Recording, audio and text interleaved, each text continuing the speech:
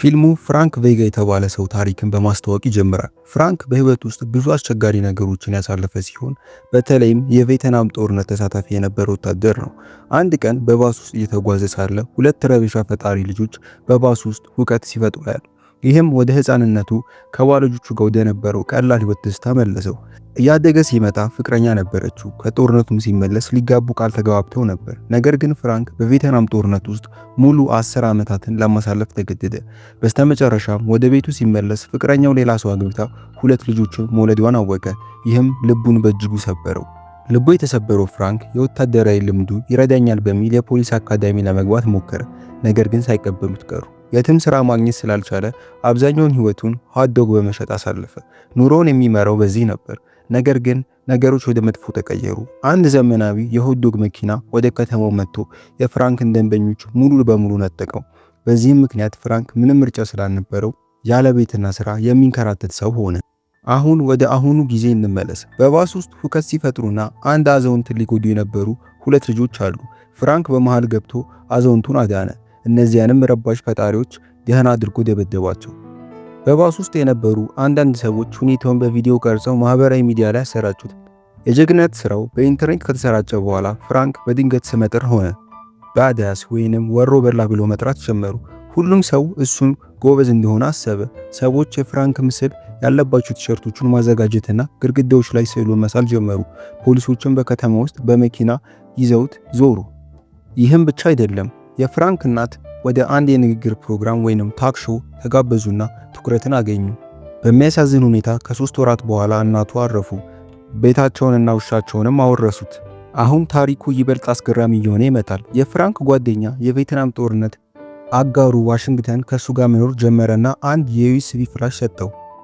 ይህ ፍላሽ ለፍራንክ እናት የባንክ ሳጥን ወይንም ሴፍቲ ዲፖዚት ቦክስ የታሰበ ነበር። ነገር ግን ፍራንክ ውስጡ ምን እንዳለ አያውቅም ነበር። ስለዚህ ለጥንቃቄ ሲል ካዝና ውስጥ አስቀመጠው። አንድ ምሽት ዋሽንግተን ሲጋራ ለመግዛት ወደ ውጭ ወጣ። ነገር ግን ቴረንስ እና ሰባስቲያን ከሚባሉ 2 ወሮበሎች ጋር ተገናኘ። እነሱ ዋሽንግተን ለፍራንክ የሰጠውን ፍላሽ ይፈልጋሉ።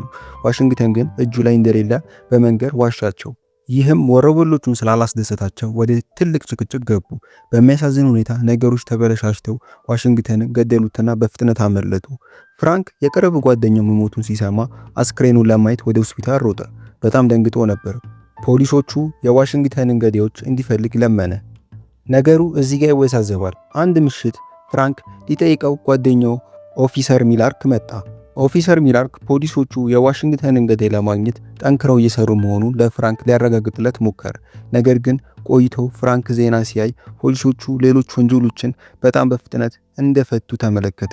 ፖሊሶቹ የጓደኛውን ግድያ ትተው በፖሊስ ጣቢያ ውስጥ ሲቀልዱ ማየት በጣም ይበልጥ አበሳጨው። ስለዚህ ፍራንክ ነገሩን በራሱ እጅ ለመያዝ ወሰነ። ፖሊሶቹ እግራቸውን እየጎተቱ መሆኑ ሰልችቶታል። ፍራንክ ምርመራውን ጀመረ። ዋሽንግተን የተገደለበት አውላላ መንገድ ላይ መፈተሽ ጀመረ። እዚያም አንዳንድ ባዶ ጥይቶችና የሴት ምስል ያለበት የአንገት ሐብል አገኘ። ፍራንክ ይህ ፍንጭ ሊሆን ይችላል ብሎ አሰበ። ጥይቶቹንና ሐብሉን ወደ አንድ ጥንታዊ ዕቃ መሸጫዎች ወይንም ፓውን ሾፕ ወሰዳቸው። እዚያ የሚሰራው ሰው ሐብሉ ቴረንስ የተባለ ወንጀለኛ እንደሆነና ውስጡ ያለው ምስል የሚስቱ እንደሆነ ነገረው። አሁን ፍራንክ የቴረንስን አድራሻ አገኘና ወደዚያ ሄደ። ነገር ግን ቴረንስ ቤት አልነበረም። እንደ ሚስቱ አባባል ለ1 ሳምንት ያህል አልመጣም። ፍራንክ ሐብሉን ለሚስቱ ሰጥቶ የት ሊሆን እንደሚችል ጠየቃት። ሚስቱም በአንድ ፓርክ ውስጥ ከጓደኞቹ ጋር ቅርጫት ኳስ እንደሚጫወት ነገረችው። ፍራንክ በፍጥነት ወደዚያ ፓርክ ሄደ። እዚያም ኳስ የሚጫወቱ ወጣቶችን አግኝቶ ስለ ቴረንስ ጠየቃቸው። ወጣቶቹ ግን ከመረዳት ይልቅ በፍራንክ ይሳለቁ ጀመር። ይህ ፍራንክን ስላበሳቸው ደህና አድርጎ ቀጣቸው። እነዚህ ወጣቶች የቴረንስ ጓደኞች ነበሩ። ፍራንክ ካስፈራራቸው በኋላ ቴረንስ የት እንዳለ እንደሚያውቁ ነገር ግን ሮናልዶ የተባለ የቴረንስ የቅርብ ጓደኛ ሊያውቅ እንደሚችል ነገሩት። ፍራንክ ወደ ሮናልዶ ቤት ሄዶ የሮናልዶን የክፍል ጓደኛ አገኘው። እሱም ሮናልዶ ከከተማው ማዶ ባለ መጠጥ ቤት ውስጥ እንደሚገኝ ነገረው። ፍራንክ ወደ መጠጥ ቤቱ ሄዶ በመጨረሻም ሮናልዶን አገኘው። ፍራንክ ሮናልዶን በማስፈራራት ቴረንስ ታኒያ ከምትባል ሴት ጋር እንደሚገኝ አወቀ። አሁን ወደ ትልቁ የወሮበሎች አለቃ ፓንተር እንመለስ። እሱ የቴረንስና የሰባስቲያን አለቃ ነው። ፓንተር የከተማው ሙሰኛ ከንቲባ ከሆነው ሜጀር ዊሊያምስ ጋር ከባድ ንግግር እያደረገ ነው። ከንቲባው ያንን ዋሽንግተን የሰረቀውን ፍላሽ በአስቸኳይ እንዲገኝ ፓንተር ላይ ጫና ያደረገ ነው። ያ ፍላሽ ከንቲባው በስልጣን ዘመናቸው የፈጸሙትን የሙስናና የቆሻሻ ስራ ማስረጃ ይዟል። ዋሽንግተን ቀድሞ ለፓንተር ይሰራ ነበር፣ ነገር ግን ስራውን ትቶ የከንቲባውን ፍላሽ ሰርቆ በማምለጥ ፓንተርን ከቶት ነበር። ፍራንክ አሁንም ፍለጋ ላይ ነው።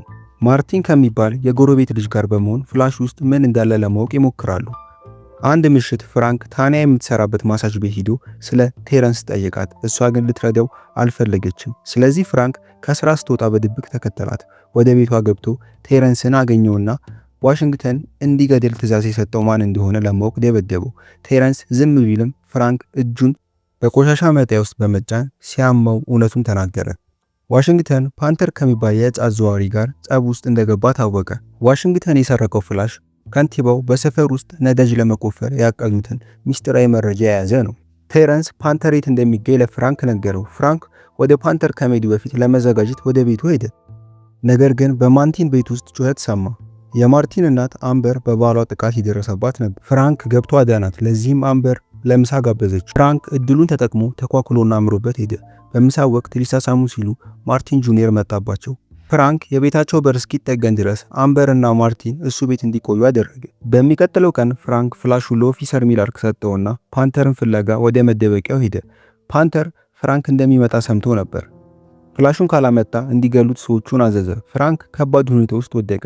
የፓንተር ሰዎች አሸንፈው አስረውት እንዲያወራ በኤሌክትሪክ ንዝረት አሰቃዩት። ፍራንክ ግን በጣም ጠንካራ በመሆኑ ሊናገር አልቻለም። ፓንተር ሲበሳጭ የፍራንክን የኪስ ቦርሳ ወስዶ አድራሻውን አወቀ። ፍላሹ ቤት ውስጥ ከሚወዳቸው ሰዎች ጋር እንደሚሆን አሰበ። ሰዎቹ ፍራንክን እያሰቃዩት ሳሉ ፓንተር ወደ ፍራንክ ቤት ሮጠ። ፍራንክ ግን የታሰረበትን ፈቶ አምበር የሰጠችውን ክርቢት ተጠቅሞ የነዳጅ በርሜሎችን በመፈንዳት ቦታውን አቃጠለው። ትልቅ ፍንዳታ ተከሰተ። ፓንተር ለማምለጥ ቢሞክርም ፍራንክ አልለቀቀውም። ሁለቱም መኪኖችን በመዝረፍ እርስ በርሳቸው መባረር ጀመሩ። ብዙ መኪኖችን አወደሙ። በመጨረሻም ሁለቱ መኪኖች ተጋጭተው ቆሙ። ፍራንክ አሁንም ተስፋ ሳይቆርጥ ፓንተርን በእግሩ ማባረር ቀጠለ። በመንገድ ላይ እነዚያን ቀድሞ ባስ ውስጥ የተጣላቸው ልጆች አገኘ። እነሱም ፍራንክን ደብድበው በሞባይል በመቅረጽ ዝነኛ ለመሆን ቢሞክሩም ፍራንክ እንደገና አሸነፋቸው። ፓንተር በመጨረሻ የፍራንክ ቤት ደርሶ አምበርን አገኛት። ፍራንክ ፍላሹን ካልሰጠ እንደሚገላት ዛተ። ነገር ግን ልክ በሰዓቱ ፍራንክ ደርሶ አዳናት። ግቢ ውስጥ ሲገቡ አምበር የፓንተር ጀርባ ላይ በመዝለል ፍራንክ እንዲያሸንፈው ረዳችው። ፖሊሶቹ በመጨረሻ ፓንተርን ያዙት። ከንቲባው ሜጀር ዊሊያምስ በሙስና ተያዙ። ፍራንክ፣ አምበር እና ማርቲን ደስተኛ ህይወትን መኖር ጀመሩ። የታሪኩ መልእክት አንዳንድ ጊዜ ሙስናን ለማጋለጥና መጥፎ ሰዎችን ለማሸነፍ የሚያስፈልገው የሆት ዶግ ልብስ የለበሰ ጀግናና የጎረቤት እርዳታ ብቻ ነው። ታሪኩ በዚህ ያበቃል። እንደዚህ አይነት ቪዲዮዎች እንድንለቅላችሁ ሰብስክራይብ ማድረጋችሁን አትርሱ። በቀጣይ ቪዲዮ እስክንገናኝ ቸር ሰንብቱ።